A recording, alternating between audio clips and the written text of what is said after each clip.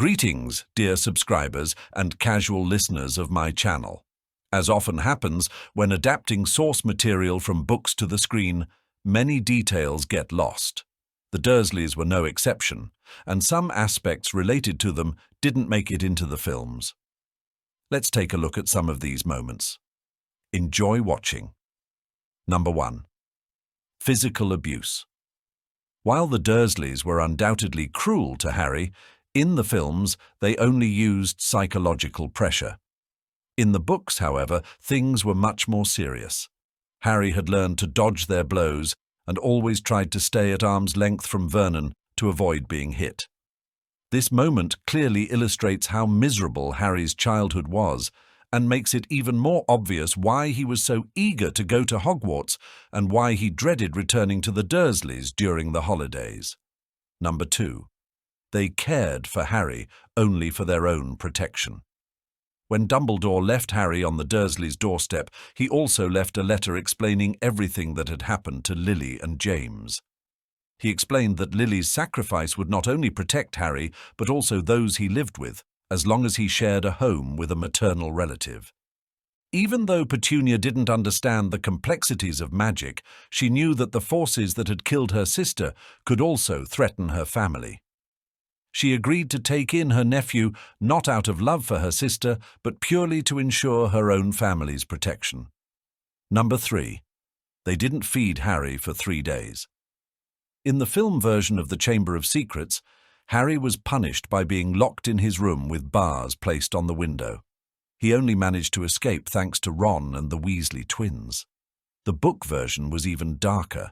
Harry was held captive for 3 days and was barely fed. During this time, Petunia brought him only scraps of food, such as a single piece of toast. By the time the Weasleys rescued him, Harry was starving. The Dursleys loved food, and Petunia often cooked elaborate meals for her son and husband. When punishing Harry, they chose the opposite approach, depriving him of what they valued the most. Number 4. Petunia wrote to Dumbledore. Both in the books and the films, Petunia saw her sister's magical abilities as strange. However, the books revealed that she didn't always feel this way. When Lily received her acceptance letter to Hogwarts, a devastated Petunia wrote to Dumbledore, begging him to let her attend the school alongside her sister. When Lily found out about the letter, Petunia became furious and dismissed it all as nonsense, calling Hogwarts a weird school. This moment not only sheds light on the complex relationship between the sisters, but also reveals the true reason behind Petunia's resentment toward the wizarding world. She felt rejected by it. Number 5. They gave Harry garbage as gifts. In the Philosopher's Stone, Harry received Christmas presents for the first time from his friends and the Weasley family. However, he also received a gift from the Dursleys. The book states that for his first Christmas at Hogwarts, they sent him a single 50-pence coin. In the following years, he received gifts like a tissue or a toothpick. What made these gifts particularly cruel wasn't their low value, but the fact that the Dursleys sent them at all. The effort they put into delivering these items to Hogwarts made their actions even worse than if they had sent nothing. It was their way of telling Harry, "Look, you mean nothing to us." Number 6. Petunia and Lily were once very close. As mentioned earlier, Petunia was devastated by the idea of Lily leaving to study at a special school. This suggests that their relationship wasn't always so bitter. While Vernon completely rejected the Potters and believed his wife had cut ties with them, a letter from Lily to Sirius revealed that for her last Christmas, Lily had received a vase from her sister. Additionally, Snape's memories showed how Lily affectionately addressed Petunia and was heartbroken when her sister became increasingly hostile toward her magical life. Number 7. Dumbledore and the Dursleys. In the book version of The Half-Blood Prince, Dumbledore personally comes to take Harry from the Dursleys' home. There, he confronts them and points out that they failed to care for Harry as he had instructed, scolding them for their neglect and cruelty. "You have not treated Harry as a son. He has known nothing but neglect and cruelty at your hands. The only thing I can be glad about is that at least he was spared the damage you have inflicted upon the unfortunate boy who now sits between you." Though Dumbledore didn't punish the Dursleys, this scene was deeply satisfying for many readers. Number 8. Dudley makes amends. For most of Harry's childhood and summers, Dudley was the primary source of his misery. However, in the final book, Dudley surprises everyone by admitting that he doesn't see Harry as a waste of space. At that moment, Harry realizes the meaning behind some of Dudley's unexplained actions, like the time he left a cup of tea outside Harry's room. This was an act of kindness, Dudley's way of thanking Harry for saving him from the Dementors. Dudley's remorse not only serves as redemption, but also reveals that he wasn't entirely to blame for his behavior. His cruelty toward Harry wasn't so much a reflection of his own nature as it was a product of his upbringing. The Dursleys instilled this attitude in him, passing down their prejudice like a sponge soaking up water. Number 9. The Dursleys wanted to send Harry to a reform school. Harry was a problem, an extra burden, a constant reminder of everything the Dursleys despised. Vernon couldn't just throw him out on the street, but he didn't want to endure him either. He needed a way to get rid of the boy forever. St. Brutus's, a reform school, a place for troubled kids that families wanted to discard. Perfect. Vernon smiled when he spoke about it. He was pleased. The plan was simple. "You'll like it there," he said over breakfast. Harry looked up. Dudley snickered. He already knew he was going to the elite Smeltings Academy, where he would wear an expensive uniform and carry a cane. And Harry? He would get worn-out clothes and a school for those nobody wanted. Petunia prepared Dudley's old suit. She dyed it grey, sewed up the sleeves. The fabric was stiff, musty, reeking of mothballs. "Good enough for someone like you," she muttered. Harry looked at the shapeless sack and felt unwanted. Vernon could already picture it, driving Harry to the school, stepping out of the car without looking him in the eye, tossing out a casual, "Well, that's that boy," turning around, driving away, never seeing him again. No more strangeness, no more magic, just a normal, proper life. But then the letter arrived, a white envelope, green ink, the Hogwarts crest. Vernon picked it up. He turned pale. Petunia froze. The plate slipped from her hands and shattered. They stared at the letter as if it were a bomb, a curse. Vernon ripped the seal, tore the paper to shreds. "No magic!" he bellowed. He couldn't let this happen. This letter ruined their plans. It said, "You won't get rid of him. He's not yours. He belongs to another world." Number 10. Vernon hated not only magic, but also muggles who were different from him. Vernon Dursley loved order. Everything had to be proper, predictable, convenient. A man, wearing a suit, holding a newspaper, drinking black coffee. A woman with a spotless house and a perfect dinner. Children, rosy-cheeked, healthy, obedient. That's how it should be. That's how it had always been. He despised those who didn't fit in. He disliked people who were too loud, too strange, too cheerful, or too gloomy. He was annoyed by teenagers with long hair. Once, he saw a group of them on the street and scoffed, "Society is falling apart." Petunia nodded. Dudley giggled. Harry remained silent. He knew better than to argue. A neighbour's boy dyed his hair green. Vernon glared at him, then at Petunia. "We don't associate with people like that," he said. 2 days later, he stopped greeting the boy's parents. He despised anything that stood out from the grey crowd. He would sigh while looking out the window. The world is going to hell. These weren't just words. He believed it. He felt threatened. Magic became his worst nightmare. It shattered his perfect order. It wasn't just strange. It was wrong.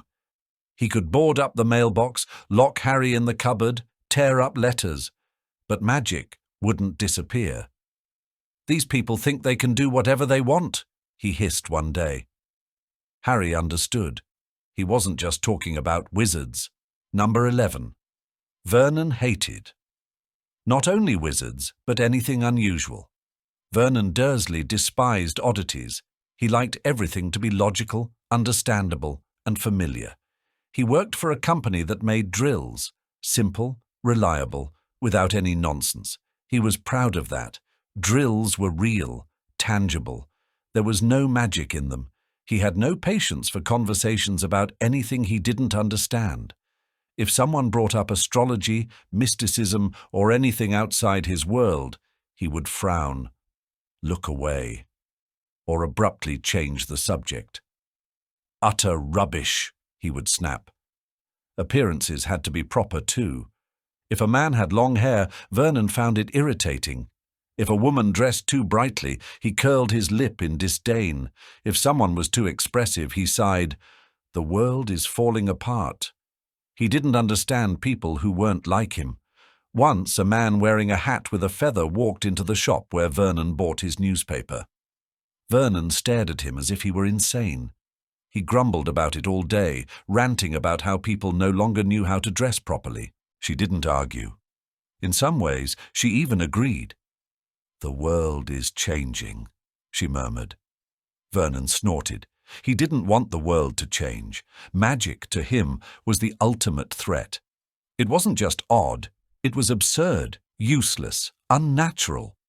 "Parlor tricks, nothing more," he sneered. When Hagrid first appeared at their hideaway, Vernon trembled. "Get out!" he bellowed. He couldn't stand the sight of that giant, dressed like a wild forester. He couldn't accept that some people lived by different rules. Number 12. Petunia actually knew about Dementors. Petunia Dursley always pretended to hate magic. She would wrinkle her nose at words like wizard, Hogwarts, spells. She never spoke about her sister, never asked Harry about his world. But the truth was different. She knew more than she let on. When Harry mentioned the Dementor attack, silence filled the room. Vernon snorted. "More of your nonsense," he sneered. Dudley sat pale, confused about what had happened to him. Petunia was silent. Then, suddenly, she spoke. "Dementors, they suck out souls." Harry froze. Vernon stared at his wife. "How do you know that?" he asked. Petunia turned pale, realizing she had let something slip. She swallowed and lowered her gaze. I heard it a long time ago," she mumbled. Harry didn't believe her. He saw her hands trembling, saw her bite her lip. She hadn't just heard, she knew. She remembered. Vernon frowned. He didn't like it when Petunia said things he didn't understand. "From who?" he pressed. Petunia pursed her lips. "From Lily," she finally said. But Harry knew she was lying. She had spoken Voldemort's name before quickly correcting herself. She hadn't heard about Dementors from Lily. Someone else had told her. Someone who had made her afraid. She quickly changed the subject, started fussing, wiping the table. "That's enough of that!" she snapped, but her hands were still shaking. Number 14. The Dursleys tried to keep Harry's Hogwarts letter from him until the very end. The letter arrived in the morning, a white envelope. Green ink, the Hogwarts crest. Harry didn't know what it was. He didn't know what it said, but Petunia saw it first. She snatched it from his hands, gasped, and clutched it to her chest. Vernon sat with his newspaper. Hearing her sharp breath, he looked up. "What is it?" he asked. Petunia didn't answer. Her face had gone pale. Vernon took the letter, glanced at it, and immediately turned purple. The newspaper slipped to the floor. He jumped to his feet, tore the envelope open. The paper crinkled as he shredded it in his hands. "No magic," he growled. Harry looked on, confused. "What was that?" Dudley snickered. He didn't know what was happening, but he liked that Harry was being denied something. The next day, a second letter arrived, then a third, then 5 at once. Vernon locked himself in his office, fuming. Petunia nervously scrubbed the kitchen counter for the third time that morning. They didn't talk about it, but the panic hung in the air. On the fourth day, Vernon boarded up the mailbox. "Problem solved," he said. But the next day, letters started slipping under the door, falling through the chimney, appearing inside newspapers. Harry tried to grab one, but Vernon snatched it away and crumpled it. He was losing control. Then the letters came like a storm. They flew through the windows, crept through cracks in the walls. One morning, Harry woke up to see an owl dropping a letter straight through the air vent. He laughed. Vernon howled. He stopped eating, stopped sleeping, sat in his chair, clenching his jaw, snatching letters from the air. "They won't take us," he muttered. Petunia said nothing. She knew. It was already decided. But Vernon couldn't accept it. When letters started pouring from the fireplace, he snapped. He jumped up, grabbed the suitcases, shoved everyone into the car. "We're leaving!" Dudley screamed. "Where?" Vernon didn't answer. He just pressed the gas pedal. They switched motels, slept in the car, hid in the woods. But the letters found them everywhere. With each passing day, Vernon grew darker, more unhinged. Number 15. Dudley. Really changed after the Dementors. Dudley had always been the king of the house. He got everything he wanted. He knew he could bully Harry without consequences. His parents laughed when he shoved him, hid his things, mocked him.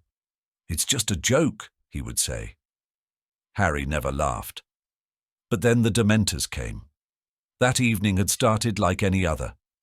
Dudley was out with his friends, feeling like the king of the streets. He shoved Harry, threw a few insults. And then it got dark. Not just dark, empty. Fear gripped his throat. His hands trembled. He couldn't see them, but he could feel them. The Dementors were closing in.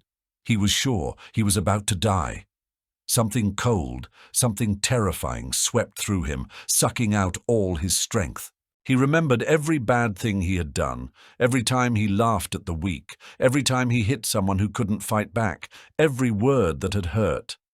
But the worst part was something else. He realized he was empty inside. When Harry drove the Dementors away, Dudley couldn't pull himself together right away. He threw up. He couldn't speak. He couldn't even look at Harry, because he knew, if not for him, he would have died.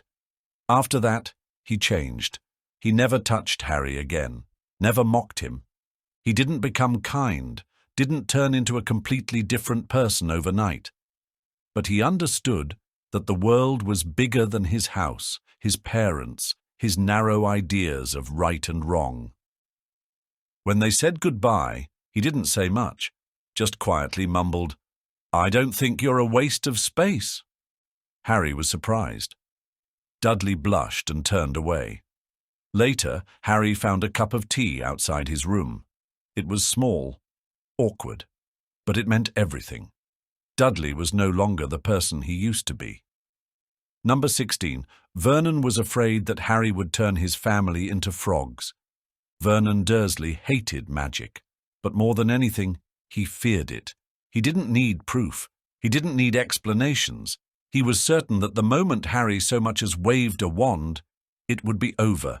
He'd turn him into a toad, or a rat, or even worse, some disgusting magical creature. When Petunia received the first letter from Hogwarts, he clenched his fists. That day, his worst fear became reality. Harry officially belonged to their world. Vernon snatched the letter, read it aloud, and then shuddered. "This will not happen," he roared. Petunia flinched. Harry looked at him in confusion. Dudley chewed on a donut, oblivious. But Vernon could already see the future. He imagined Harry pulling out a wand, waving it, and everything collapsing around them. He didn't just not want Harry to go to Hogwarts. He didn't just not want him to be a wizard. He was terrified. Terrified that one day he'd wake up, look in the mirror, and see himself with green skin and a long tongue. When the letters started arriving, his fear only grew. He stopped sleeping. he muttered to himself at night. Petunia tried to reassure him, but he just shook his head. "You don't understand," he said. Then he boarded up the mailbox. Then he fled to the middle of nowhere with his family. He did everything he could to hide, but he knew they would find him. Harry would find them. The day would come when the boy would leave for that devilish castle. Number 17. The Dursleys feared that Harry would become like his parents. Vernon Dursley hated magic. He wasn't just angry at it, he feared it. To him it was unnatural, strange, dangerous. He couldn't allow something like that to remain in his house. Petunia felt the same, though she spoke of it less. They didn't just despise Harry, they were terrified that he would grow up to be like his parents. Strange, abnormal. Any hint of magic sent them into a panic. If Harry accidentally did something unusual, it was as if a wave of fear crashed over them. When he suddenly found himself on the school roof, Petunia turned pale. "What did you do?" she shrieked. Vernon turned as red as a beet. "No nonsense in this house," he yelled as if Harry had committed a crime. But the worst moment came at the zoo. Dudley and his friend Piers were staring at a snake. Harry looked at it, and suddenly the glass vanished. Dudley tumbled into the enclosure. Screams filled the air. Vernon grabbed Harry by the collar.